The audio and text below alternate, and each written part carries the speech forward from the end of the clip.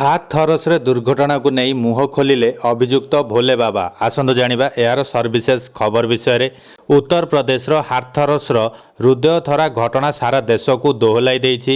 ସତ୍ସଙ୍ଗ ଦଳାଚକଟା ଘଟଣାରେ ବର୍ତ୍ତମାନ ସୁଦ୍ଧା 121 ଜଣଙ୍କର ମୃତ୍ୟୁ ହୋଇଥିବା ବେଳେ ଅନେକ ଗୁରୁତର ହୋଇ ହାଥରସ ହସ୍ପିଟାଲରେ ଚିକିତ୍ସିତ ହେଉଛନ୍ତି। ତେବେ ଦଳାଚକଟା ପରେ କାହିଁକି ଏଭଳି ଅଭାବନୀୟ ଘଟଣା ଘଟିଲା, ଦଳାଚକଟା ପାଇଁ ଦାୟୀ କିଏ, କେଉଁ ପରିସ୍ଥିତିରେ ଏସବୁ ହେଲା, ଏମିତି କିଛି ପ୍ରଶ୍ନ ଉଠୁଥିବା ବେଳେ ଘଟଣାର କାରଣ ଖୋଜା ଚାଲିଛି।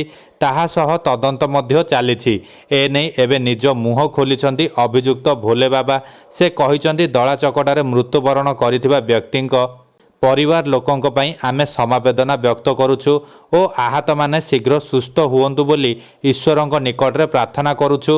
କେମିତି ସତ୍ସଙ୍ଗ ଆୟୋଜକଙ୍କ ଖାମଖିଆଲି ପାଇଁ 121 ଜଣ ନିରୀହ ଲୋକଙ୍କ ଜୀବନ ଗଲା ତାହା ଏବେ ଆଲୋଚନାର ବିଷୟ।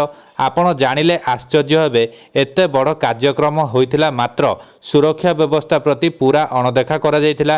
ଅବ୍ୟବସ୍ଥା ପାଇଁ ହିଁ ଏମିତି ଏକ ବଡ଼ କାଣ୍ଡ ହୋଇଯାଇଥିଲା। ସୂଚନା ଅନୁସାରେ ଫୁଲେର ଗାଁରେ ଭୋଲେ ବାବାଙ୍କ ସତ୍ସଙ୍ଗ ଚାଲିଥିଲା। ପ୍ରବଚନ ଶୁଣିବାକୁ ଅସମ୍ଭାଳ ଭିଡ଼ ଥିଲା। ଭୋଲେ ବାବା ପ୍ରବଚନ ଦେଇ କାର୍ଯ୍ୟକ୍ରମ ସ୍ଥଳ ଛାଡ଼ିବା ପରେ ଶ୍ରଦ୍ଧାଳୁଙ୍କୁ ଛାଡ଼ିଥିଲେ ଆୟୋଜକ କମିଟି। ଫଳରେ ପ୍ରବଳ ଗରମ ଓ ଗୁଳୁଗୁଳିରେ ଅତିଷ୍ଠ ହୋଇଥିବା ଶ୍ରଦ୍ଧାଳୁ ଶୀଘ୍ର ଟେଣ୍ଟରୁ ବାହାରିବାକୁ ଉଦ୍ୟମ କରିବାରୁ ଦଳାଚକଟା ପରିସ୍ଥିତି ସୃଷ୍ଟି ହୋଇଥିଲା ବୋଲି ଜଣାପଡ଼ିଛି।